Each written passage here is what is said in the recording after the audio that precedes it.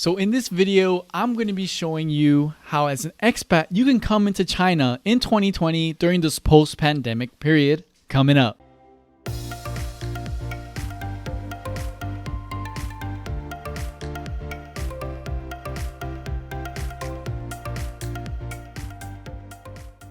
This information is up to date as of September 1st, 2020. So if anything new comes after September 1st of 2020, then my information may be outdated. But this video will mainly apply to those that have a business visa, a work visa, or a student visa that was issued before March 28th, 2020, or people that want a business, work, or student visa after March 28, 2020. This is not meant for people that want to come to China for tourism. You can also check out the list of countries that are verified to come into China as of right now under those circumstances. So far, it's a list of 77 countries, and you can see in the screen some of the countries. I'll also put a link in the description below for you to check out yourself if one of your countries is on that list. No, USA is not on that list right now. So the first step is to actually apply for a visa. Your best source of information for visa applications is your respective Chinese consulate. So in your country, whatever city that may be, if you're on the list,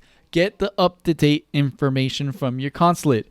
Don't listen to all these people that think they know everything. Get it from your country's consulate first. I'm just telling you from my experience, from people I have talked to, how they got in here. So it can also be hit or miss. Even though you're on the list of approved countries that can come to China, maybe the consulate doesn't support that system just yet. So just be patient. So if you're on a work visa or you're applying for a work visa to China, you need to have your sponsoring company in China go ahead and start the process online.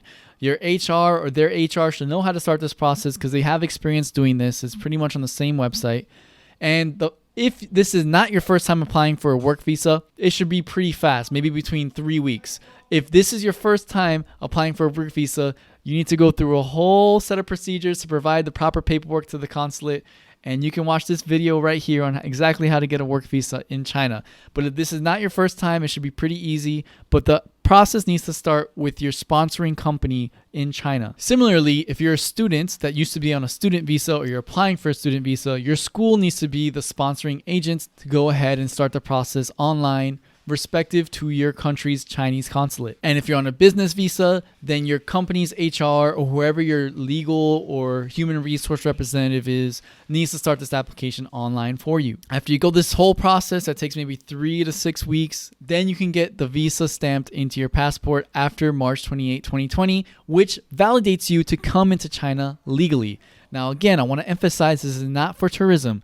There are very case-by-case scenarios where tourists can come in, but usually their spouse is Chinese or their children are Chinese and they're all trying to come in. So it'll probably be more along the lines of a spousal visa.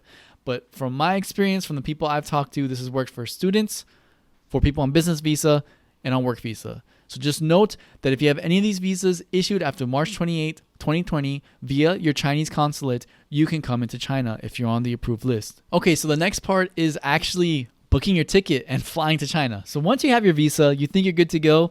No, it's actually pretty hard to find trips into China, into the respective cities. So you can expect maybe the Beijing, Shanghai, or the Guangzhou airport can support flights from your country, but you will have to do some digging. You may have to do some digging online. You may need to ask the Chinese consulate of any flights that are available and be ready for some weird layovers during this period. So you may not be able to go get a direct flight, but you may be able to find a flight maybe from your country to South Korea, then to China. It may have to just be like that.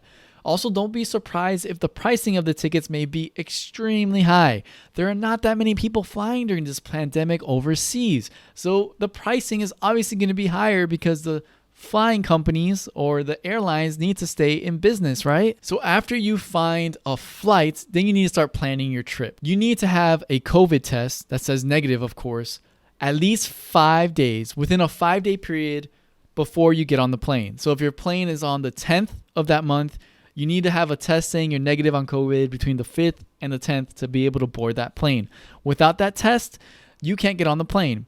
Sometimes a lot of the airports offer these tests in advance so you can go to the airport yourself and do it, or you can ask the Chinese consulate which areas are certified to give me a COVID test that would be recognized by the Chinese government. So once you have a test within that 5-day period, you also need to deal with registering for the right QR code or the right like WeChat application. Now, there isn't a one shoe fits all, but think of the WeChat application as like your health tracker. At least in Guangzhou, it's called Suikang, I think. Yeah, like Suikang. And it's pretty much an application where I put in my passport information, my date of birth, my travel history, any encounters I've had with people with COVID or whatever it may be.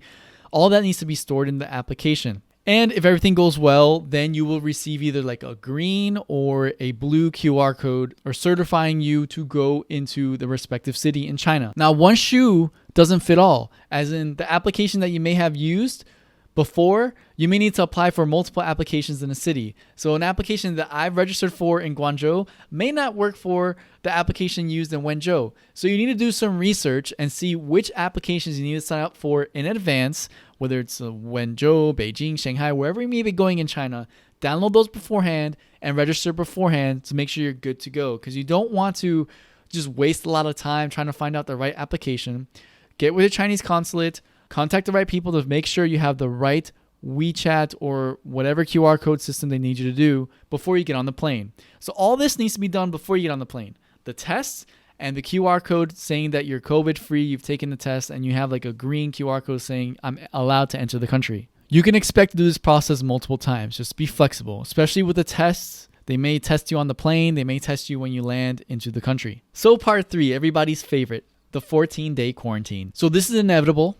Regardless if you're a Chinese citizen or not, or even a green card holder, you're going to have to do a 14-day quarantine when you get into China. So when you land, you're going to have to go through customs as you typically would. But the difference is either before or after customs, they're going to make a separate line for people doing quarantine, which is pretty much everyone on that flight. Now, don't be alarmed. You're going to see people probably in hazmat suits. What I'd recommend is that you maintain your social distancing, because you don't know who has the virus and who doesn't have the virus.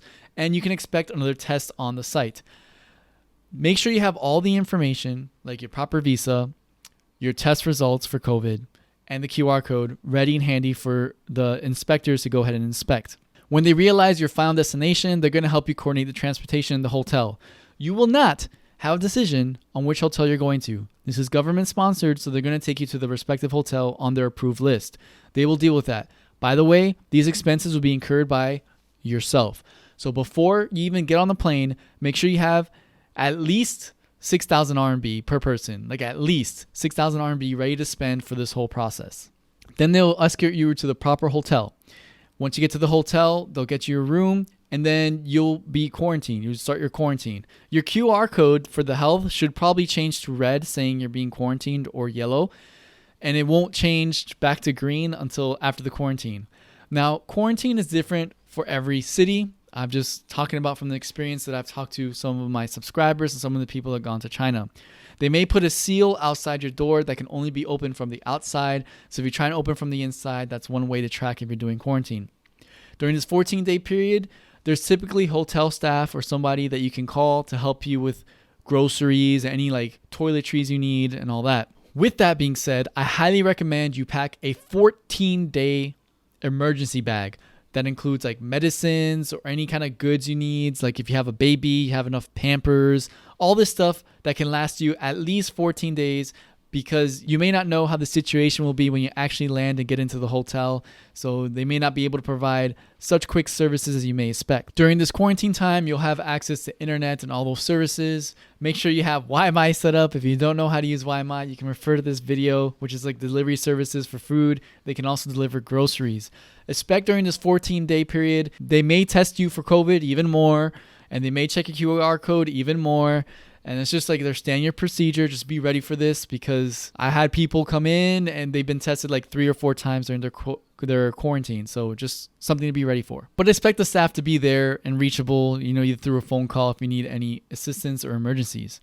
Now, let's say your destination is in Huizhou, but you fly into Guangzhou. This is not set in stone, but you may have the opportunity to do quarantine 7 days in Guangzhou and 7 days in Huizhou. This is not up to you to decide. This is usually decided by the people that are sponsoring you, or by the government services and the people that are like transporting you to and from a hotel. So to give you an example, if your final destination is Huizhou, you may be able to do quarantine 7 days in Guangzhou. Then after the 7 days is up, they'll transport you to another hotel that offers quarantine services in Huizhou for another 7 days. And then they'll update your QR codes and all the information on the application. And then you just finish your quarantine as you normally would. Now, the last step of this process is, I guess you can call it freedom. You're finally finished with your quarantine. You've done your 14 days. You've done your test. And you updated all your applications. What I recommend is as soon as you're free and you're out of the quarantine, make sure you have your QR code that's green. Make sure it's green and a good color, because a lot of places like the subways, if they ask for your QR code and it's not green, they won't let you in, and then they might call the authorities and it'll be a big pain. If you have any release paperwork, like when you're in a hospital, they sign a release form, or COVID tests, just keep that handy in the event you get spot checked, especially if you're a foreigner, because some people may check when was the last time you left China, when's the last time you came back into China. If you just have that handy and say, hey, I've done my 14-day quarantine, here's the release form, just to make sure you're good to go. Now, borders are starting to open up in China, especially those professional workers. I've seen people like teachers come in here and people like scientists and researchers for agriculture come in here. I want to emphasize that this information is for September 1st of 2020. So anything after this, it may change. They may allow tourists to come in here little by little. I'm just realizing they're allowing more and more countries to come in here. But expect the process to be, as I mentioned above, until we get the green light, which might be next year, where we don't have to quarantine when you come to China. But as of right now, expect this process to happen for you if you're coming into China during this post-pandemic period. I hope you learned something from this video. Smash that like button if you found some value. Consider subscribing to my channel, for I provide tips and tricks about having a better lifestyle in China as a foreigner, whether it's for business or just for typical life needs. You can also follow me and ask questions on social media if you don't want to ask them down in the comments below. And I want to ask the audience, if you recently came to China, how was your experience? From what I explained in the video, is it pretty accurate to how your experience was in China? I'm really curious to know. Anyways, thank you for watching. Keep surviving, and I'll catch you in the next video.